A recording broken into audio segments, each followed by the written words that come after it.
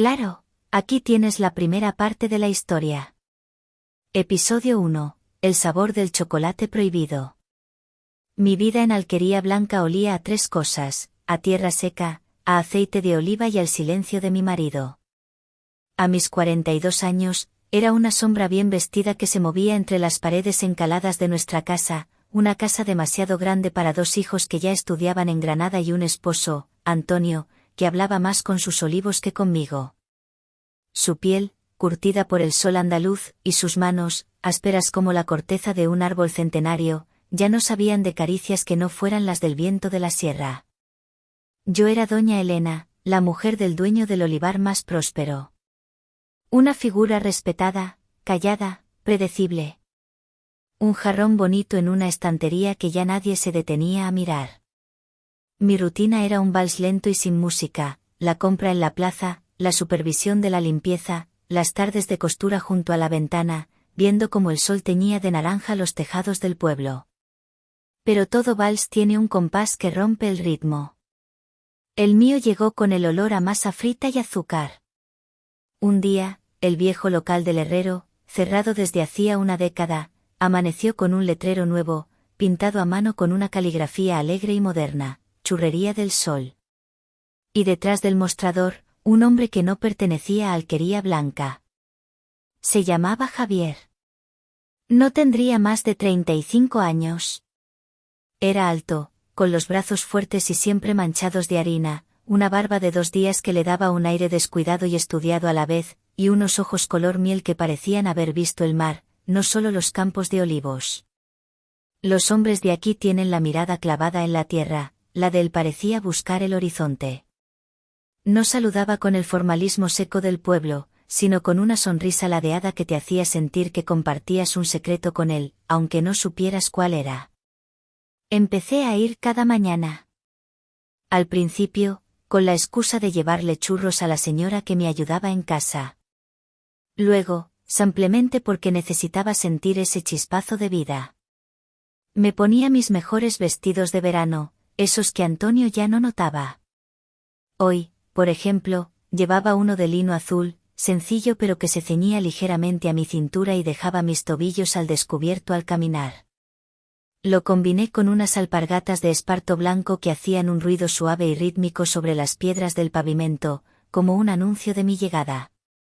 No usaba joyas, solo un pañuelo de seda atado a la muñeca, un pequeño toque de color que me hacía sentir menos invisible. Javier aprendió mi nombre al tercer día. Unos churros para Elena, decía con su voz grave, de los que están más dorados, como sé que te gustan. Y yo sentía un rubor estúpido, infantil. El aire en la churrería era denso, dulce, cargado del calor del aceite hirviendo y del aroma a canela. Él olía a eso y a algo más, a un jabón limpio, a piel joven. Olía a riesgo.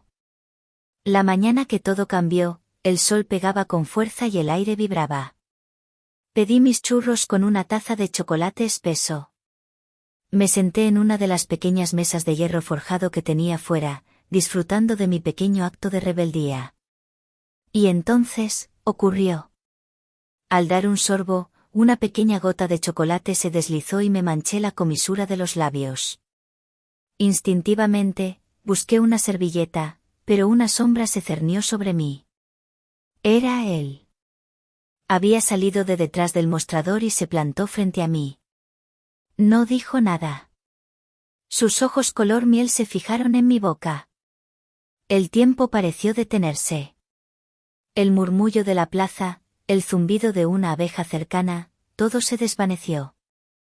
Lentamente, alzó una mano. Su pulgar, cálido y sorprendentemente suave para ser la mano de un hombre que trabajaba con masa, rozó mi piel. Con una delicadeza infinita, limpió el rastro de chocolate de mi labio. Mi corazón se desbocó, martilleando contra mis costillas. Contuve la respiración. Pero el gesto no terminó ahí.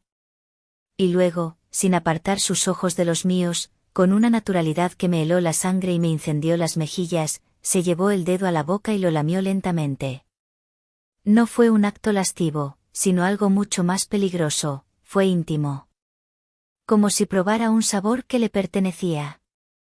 Como si reclamara algo. No dijo palabra. Simplemente me guiñó un ojo, dio media vuelta y regresó a su puesto tras el mostrador, como si acabara de limpiar una mota de polvo de una mesa. Yo me quedé paralizada, con el calor extendiéndose por todo mi cuerpo, un calor que no era del sol de Andalucía.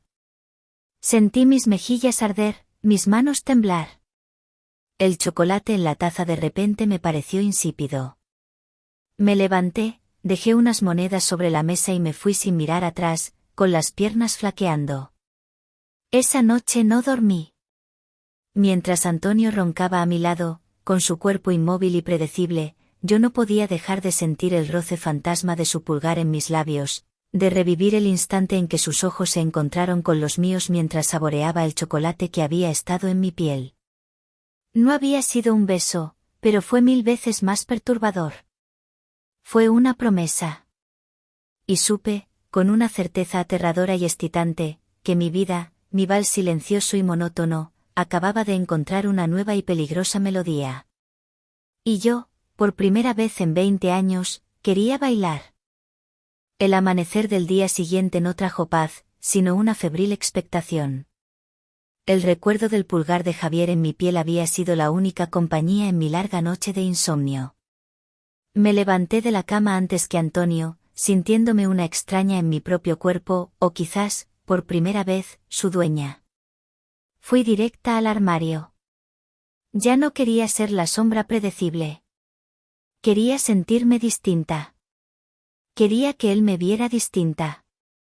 Elegí un vestido blanco de algodón bordado que no usaba desde hacía años. Era sencillo, casi virginal, pero tenía un escote que dejaba mis hombros y la curva de mi cuello al descubierto. La tela era ligera y danzaba alrededor de mis rodillas con cada paso. Me calcé unas sandalias de cuero trenzado que hacían un chasquido seco y decidido sobre las losas del patio. Me miré al espejo. Mis ojos brillaban con una luz nueva, una mezcla de miedo y desafío. Me perfumé las muñecas y el cuello con agua de jazmín, un aroma dulce y nocturno que contrastaba con la inocencia del vestido. Era mi declaración silenciosa. Caminar hacia la plaza fue un acto de pura voluntad. Cada paso era una mezcla de pánico y valentía. ¿Y si él no estaba? ¿Y si lo de ayer fue solo una imaginación mía, un juego cruel? Pero cuando doblé la esquina y vi la puerta abierta de la Churrería del Sol, supe que no había vuelta atrás. Estaba allí, de espaldas, moviendo la masa en el gran perol de aceite con un ritmo hipnótico. Llevaba una simple camiseta negra que se pegaba a su espalda, dibujando sus músculos. Me detuve un instante, observándolo. El poder de mirar sin ser vista, de memorizar la línea de su nuca, el movimiento de sus brazos. Era un fetiche nuevo y adictivo. Tomé aire y entré. La campanilla sonó. Él se giró, y al verme, se detuvo en seco. Sus ojos recorrieron mi vestido blanco, mis hombros desnudos, y se detuvieron en mi rostro. Su sonrisa ya no era solo amable, ahora era cómplice. Sabía que había vuelto por él. Elena, dijo, y mi nombre en sus labios sonó diferente, más íntimo. Justo a tiempo. Se secó las manos en el delantal blanco atado a su cintura y se acercó al mostrador. El aire entre nosotros chisporroteaba. Hoy tengo algo especial, su voz era un susurro grave. Una porra recién hecha. Más grande, más tierna. Para usted. No pedí eso. Pero entendí el mensaje. La forma fálica del dulce, su oferta directa, el calor que emanaba de él. Era un juego, y yo estaba decidida a jugarlo. La probaré, respondí, intentando que mi voz no temblara. La envolvió en papel con un cuidado exquisito. Alargué la mano con las monedas para pagar. Y entonces, el mundo volvió a detenerse. Al coger el dinero, nuestros dedos se rozaron. Pero no fue un roce casual. Él detuvo su mano sobre la mía, cubriendo las monedas y mis nudillos con el calor de su palma. Fue un segundo, quizás dos, pero en ese breve instante sentí una corriente eléctrica que me subió por el brazo y se instaló en mi pecho, dejándome sin aire. El contacto de su piel áspera y cálida contra la mía fue más elocuente que cualquier palabra. Levanté la vista y él me miraba fijamente, con una intensidad que me hizo sentir desnuda a pesar del vestido. Retiró la mano lentamente y se inclinó un poco sobre el mostrador. Con cuidado, que quema, susurró. No hablaba de la porra. Hablaba de nosotros. De ese fuego que acabábamos de encender con un simple roce. Salí de allí flotando, con el dulce caliente en una mano y el corazón ardiendo en el pecho. Pero la euforia se rompió en seco al cruzarme con doña Amparo, la viuda que vivía frente a mí y cuyo balcón era el mejor puesto de vigilancia del pueblo. Sus ojos pequeños y negros me escanearon de arriba abajo. «Qué guapa estás hoy, Elena», dijo con una dulzura venenosa. «¿Otra vez churros? Antonio te cuida como a una reina. Se nota que estás contenta». Su comentario fue una daga. Ella no sabía nada, pero lo sospechaba todo. La alegría en mi rostro era una prueba. Apreté el paquete de papel contra mi pecho y forcé una sonrisa. Me gusta empezar el día con algo dulce, Amparo. Que tenga usted un buen día. Llegué a casa y me encerré en la cocina. Dejé la porra sobre un plato. Era un trofeo, un pecado delicioso. Cuando Antonio llegó para almorzar, oliendo a tierra y a trabajo, ni siquiera notó mi vestido blanco ni el brillo febril de mis ojos.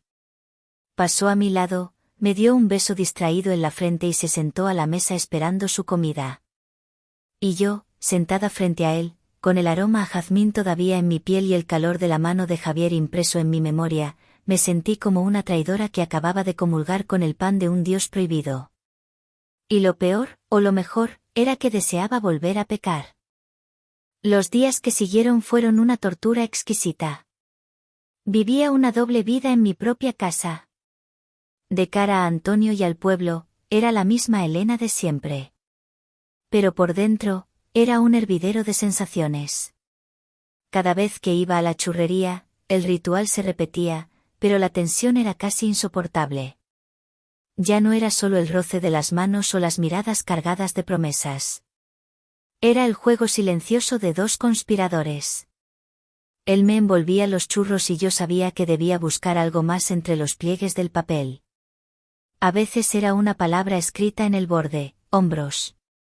Y yo sabía que se había fijado en mi vestido del día anterior. Otra vez fue, jazmín, y entendí que mi perfume había llegado hasta él, cruzando la barrera del mostrador. Eran fetiches verbales, pequeños anzuelos que me mantenían enganchada, deseando más. Mi colección de vestidos de verano salió del fondo del armario. Hoy me atreví con uno rojo, de una tela fina, casi como una segunda piel, que se pegaba a mi cuerpo con el calor húmedo de la tarde. Me calcé unos tacones bajos, pero tacones al fin y al cabo. El sonido de mis pasos era distinto, más firme, más femenino. Quería que me oyera llegar antes de verme. Ese día, al desenvolver los churros en la soledad de mi cocina, sentí un bulto diminuto y rígido. Era una nota, doblada en un cuadrado minúsculo. Me temblaban los dedos al abrirla. Mi corazón latía tan fuerte que temí que Antonio, que leía el periódico en el salón, pudiera oírlo. La caligrafía de Javier era rápida, angulosa. Solo 3 frases. Detrás. A la hora de la siesta. Cuando el pueblo duerme. Era una invitación y una orden. La hora de la siesta en Alquería Blanca era sagrada. Las calles se vaciaban, el sol caía a plomo y solo se oía el canto de las cigarras. Era el momento perfecto para un secreto. Le dije a Antonio que subía a descansar, una mentira a medias, porque mi cuerpo entero vibraba con una energía que no conocía el reposo. Esperé a oír sus ronquidos suaves y me deslicé fuera de casa como una ladrona. El vestido rojo parecía un grito en el silencio del pueblo. Cada paso con mis tacones era un eco en las calles desiertas. Me sentía visible, expuesta, y esa sensación, en lugar de asustarme, me excitaba. La puerta trasera de la churrería estaba en un callejón estrecho que olía a anís y a basura. Estaba entornada. Empujé y entré en un mundo nuevo. No era la tienda limpia y luminosa, sino la trastienda. Un espacio más pequeño, fresco y oscuro. El aire estaba cargado del olor denso y polvoriento de la harina, del dulzor crudo del azúcar en sacos apilados contra la pared y de la levadura esperando su momento. Él estaba allí, de pie en el centro, sin su delantal. Solo con su camiseta negra y sus pantalones de trabajo. Me esperaba. No hablamos. Las palabras sobraban. Caminó hacia mí, y yo no retrocedí. Me tomó de la mano y me llevó hacia la penumbra, junto a los sacos de harina.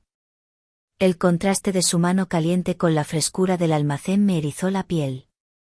«Hueles a jazmín y a peligro, Elena», susurró, y su aliento cálido rozó mi oreja. «Y tú hueles a promesas», le respondí, con una valentía que no sabía que poseía. Me empujó suavemente contra los sacos de harina. La tela áspera arañó la seda de mi vestido a través de la espalda.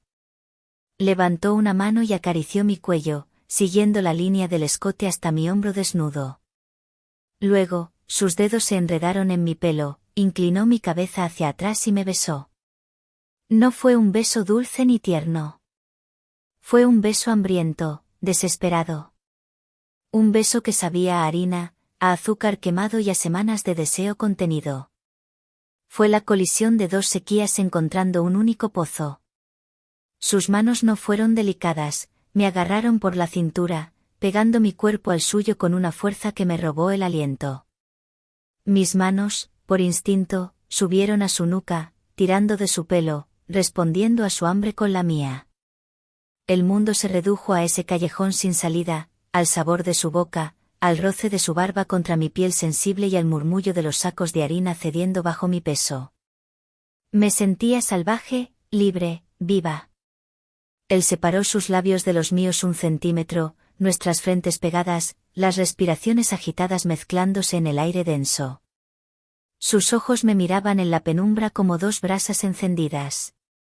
«Dime que no estoy soñando», murmuró. «Si esto es un sueño, no quiero despertar», contesté. Y justo cuando se inclinaba para besarme de nuevo, justo cuando mi cuerpo entero se preparaba para rendirse, oímos el tintineo agudo y claro de la campanilla de la puerta principal. Nos quedamos helados, petrificados en mitad del abrazo. Un cliente. Alguien había roto el pacto sagrado de la siesta. Nos miramos, y el pánico reemplazó al deseo en una décima de segundo. Mi vestido rojo, mis tacones, mi pelo revuelto. Yo, la esposa de Antonio, escondida en la trastienda de la churrería. El sonido de esa campanilla no era una interrupción, era una sentencia. El tintineo de la campanilla resonó en la trastienda como el martillazo de un juez. El cuerpo de Javier se tensó contra el mío. Vi el pánico en sus ojos, un reflejo del mío. «No te muevas. No respires», susurró, y fue como si me ordenara dejar de vivir. Se apartó de mí, arreglándose la camiseta con un gesto rápido y torpe. Salió a la tienda, cerrando la puerta que conectaba ambos espacios, pero sin echar el pestillo. Me quedé sola en la penumbra, agazapada detrás de los sacos de harina, con el corazón bombeando un ritmo salvaje en mis oídos. Mi vestido rojo parecía arder en la oscuridad. Escuché la voz de Javier, un poco más aguda de lo normal. «Buenas tardes. La tienda está cerrada hasta las 5». Y luego, la otra voz. Una voz que conocía mejor que la mía propia. Grave, lenta, arrastrando las palabras como si pesaran. La voz de mi marido. «Busco a mi mujer, Elena». «¿La ha visto?». Un bloque de hielo se instaló en mi estómago. Contuve la respiración hasta que dolió. El aire polvoriento de la harina se sentía espeso en mis pulmones. ¿Elena? No, no la he visto hoy por aquí. La mentira de Javier fue valiente, pero frágil. Hubo un silencio. Un silencio largo, pesado, que se estiró como una amenaza. Podía imaginar a Antonio, con su postura impasible, los brazos cruzados, la mirada fija que parecía atravesar paredes. «Qué curioso», dijo Antonio, y su tono tranquilo era 1000 veces más aterrador que un grito. «Porque le dijo a nuestra hija que venía a rezar a la ermita, pero su coche no está allí. Y en el pueblo, las malas lenguas dicen que mi mujer le ha cogido mucho gusto a sus churros. Dicen que viene cada día». Podía sentir el sudor frío recorrer mi espalda. Él lo sabía. Quizás no con certeza, pero lo sabía. Javier carraspeó. La gente del pueblo habla mucho. Yo solo vendo churros. Ya veo. Otra pausa. Escuché los pasos lentos de Antonio sobre las baldosas. Se estaba acercando a la puerta de la trastienda. ¿Y qué más vende? ¿Secretos? ¿Mentiras? ¿O solo calienta la masa? Sentí que iba a desmayarme. Me hice un ovillo, intentando desaparecer. Y entonces, vi su mirada a través de la rendija de la puerta. No me buscaba a mí. Su mirada descendió, fría y analítica, hacia el suelo. Hacia la base de los sacos donde yo me escondía. Mi tacón rojo. Una estúpida punta de zapato que asomaba por debajo del saco de harina. Un faro escarlata en la penumbra. No dijo nada. No necesitaba hacerlo. Levantó la vista, miró a Javier con una mezcla de desprecio y lástima, y luego fijó sus ojos en la puerta, como si pudiera verme a través de la madera. Vámonos, Elena, dijo, su voz retumbando en el pequeño espacio. El tiempo se detuvo.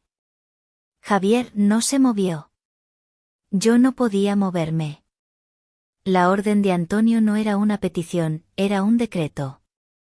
Salí de mi escondite temblando, con la dignidad hecha jirones. No miré a Javier. No podía. Pasé junto a mi marido y salí a la luz cegadora de la siesta que terminaba. El camino a casa fue una procesión fúnebre. Él caminaba un paso por delante, yo le seguía como una prisionera. Las puertas y ventanas del pueblo comenzaban a abrirse.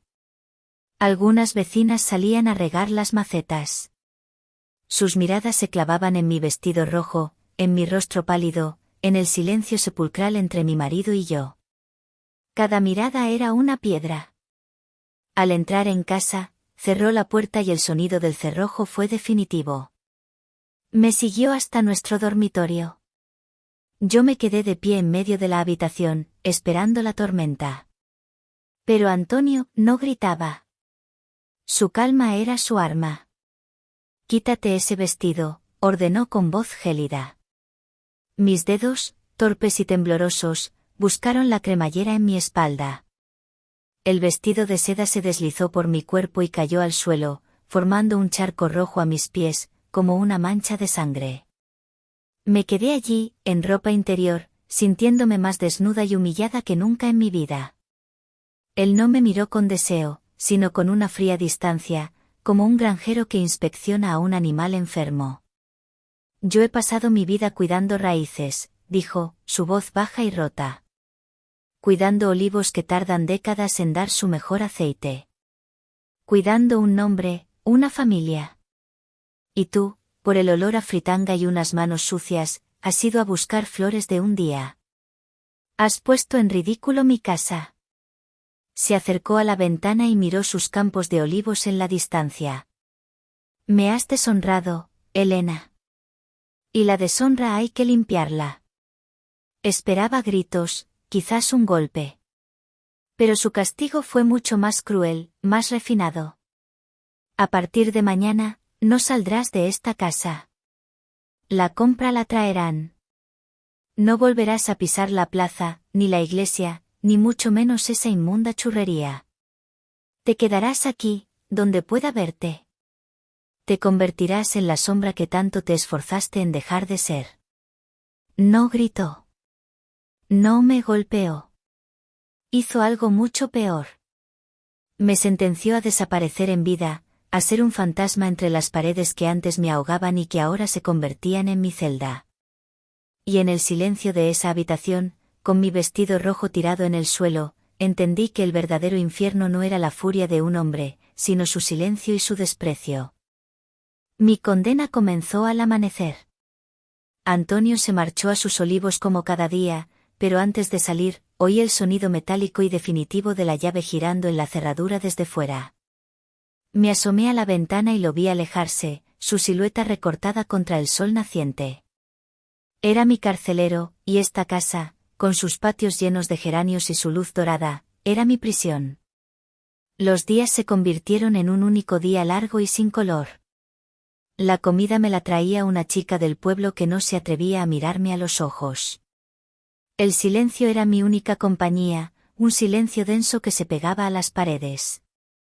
Pasaba las horas sentada en el salón, mirando mis manos, las mismas manos que habían recorrido la espalda de Javier, ahora inerte sobre mi regazo. Me convertí en el fantasma que Antonio quería, una sombra que vagaba por su propia casa. Una mañana, la chica que trajo la compra, una joven tímida llamada Inés, se atrevió a susurrarme algo mientras dejaba la cesta en la cocina. La churrería del sol ha cerrado, doña Elena. Dicen que el chico, Javier, se fue del pueblo de la noche a la mañana. No se despidió de nadie. La noticia no me causó dolor, sino un vacío extraño. La aventura había terminado. El fuego se había extinguido y solo quedaban las cenizas y los barrotes de mi jaula. Él era libre, yo no, y en ese momento, la tristeza que me había paralizado empezó a transformarse en una rabia sorda y fría. Empecé a mirarme de nuevo en el espejo, no con vergüenza, sino con desafío. Veía las marcas del cansancio bajo mis ojos, pero también una chispa que se negaba a morir. La salvación llegó con un rostro familiar. Mi hija, Sofía, volvió de Granada para pasar unos días. Antonio no pudo negarle la entrada. Cuando me vio, su sonrisa se congeló. No hizo falta que le contara nada.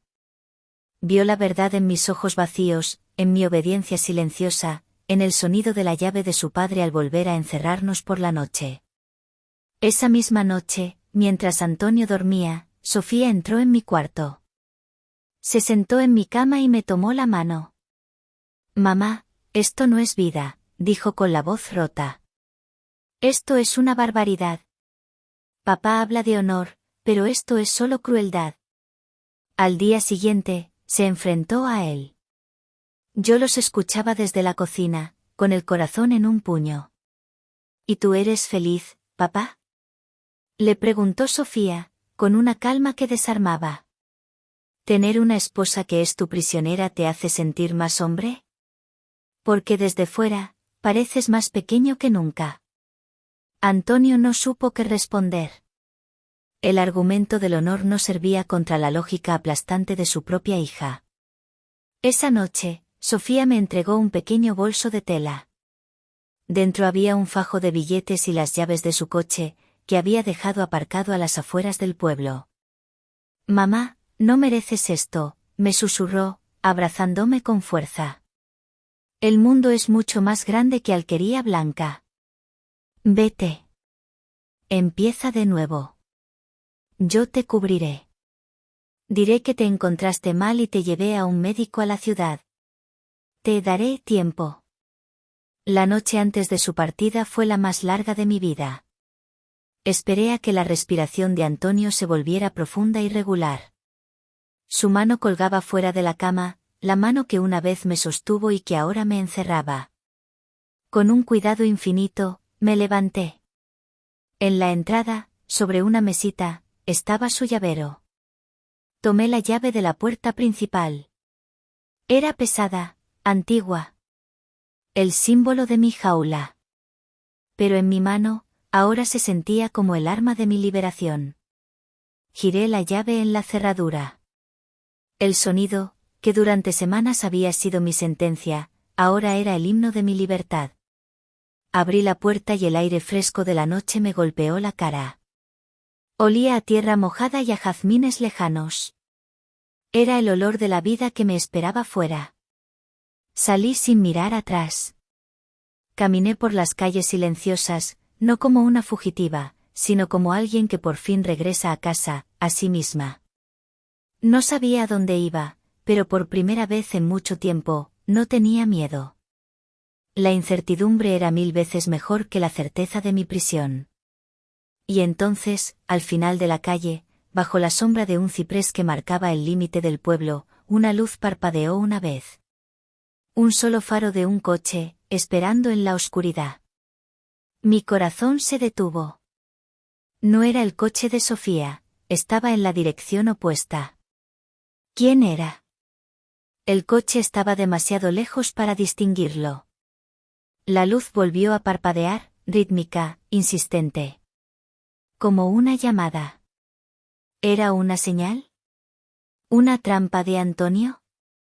¿O era el futuro, que, de una forma totalmente inesperada, por fin había venido a buscarme?